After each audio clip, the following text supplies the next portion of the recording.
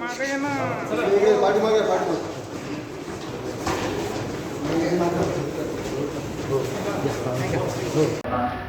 विभागाच्याबद्दल काय विभागांना काय विषय आपल्या योजनाबद्दल आहे करू कागदावरती योजना असतात प्रदर्शनामध्ये योजना असतात म्हणजे योजना पूर्ण करत असताना काही खूप त्रास होतो त्यामध्ये जे काय करता येईल ते नंतर आपण करावं अशा प्रकारची विनंती आपण या ठिकाणी आपल्या समाजावर आणि मंत्री होण्यात करतो आणि आमच्या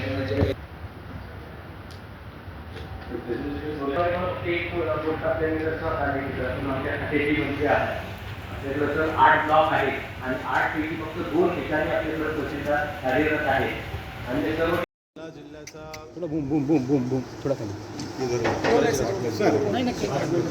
माननीय शिवसेना मुख्य नेते एकनाथ शिंदे साहेबांनी जालना जिल्ह्याच्या संपर्क मंत्रिपदाची जबाबदारी दिल्याच्यानंतर पहिल्यांदा आज मी जालना जिल्ह्याच्या दौऱ्यावरती आलेलो आहे. आज जिल्ह्याची प्रशासकीय बैठक देखील आता पार पडली. माननीय माजी मंत्री अनिल कुलकर्णी साहेब खाणेसुंदीचे आमचे आमदार एकमतजी देखील उपस्थित होते, अधिकारी उपस्थित होते. प्रशासकीय आढावा घेण्यात आला. परंतु आज माझा मुख्य उद्देश संपर्क मंत्री म्हणून जालना जिल्ह्यामध्ये जे शिवसैनिक आहेत त्या शिवसैनिकांच्या पाठीशी माझ्याकडे जी राज्यमंत्रिपदाची जबाबदारी आहे ह्या पदाच्या मार्फत त्या शिवसैनिकांना ताकद देणं, शिवसैनिकांची कामं करणं. आमदार महोदय तर आहेतच, अजून कुकर साहेबांचे अतिशय अनुभवी माजी मंत्रिमंडळांनी काम पाहिलेलं आहे.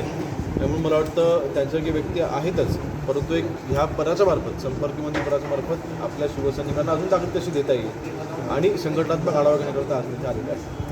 सलमान खान पुन्हा एकदा देशमुख यांच्या टार्गेटवर आला.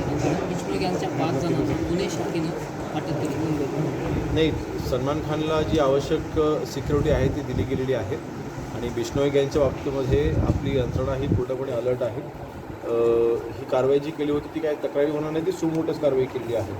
म्हणजेच आपलं पोलीस यंत्रणा ही तिथे सतर्क आहे आणि बिश्नोई यांचं एक प्रयत्न चालू आहे की महाराष्ट्रामध्ये मोठ्या मोठ्या शहरामध्ये दहशती घडवून हे खंडणी मागायचे आणि असं त्यांचं जे काय त्यांचं ते गँग त्यांचं जे स्थापन करण्याचा त्यांचा प्रयत्न आहे तो का मी यशस्वी होणार नाही.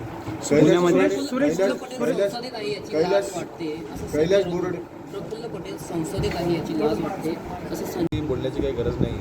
ज्या व्यक्तींना महाराष्ट्राच्या जनतेनेच आता संपवलेलं आहे, जे व्यक्ती आमच्या मतांवरती निवडून आलेले आहेत, त्यामुळे मला वाटतं अशा व्यक्तीवरती बोलायची आम्हाला गरज नाही. कैलास बोराडे महाराज प्रकरणी जे आहे आरोपी फरार आहेत. शरद पवार गैरहजर हे त्याबाबतीत मी काय बोलू शकत नाही, परंतु मला वाटतं शरद पवार साहेबांची जी काही राजकारण करण्याची पद्धत आहे ती आता तरी उद्धवजींनी समजून घेतली पाहिजे.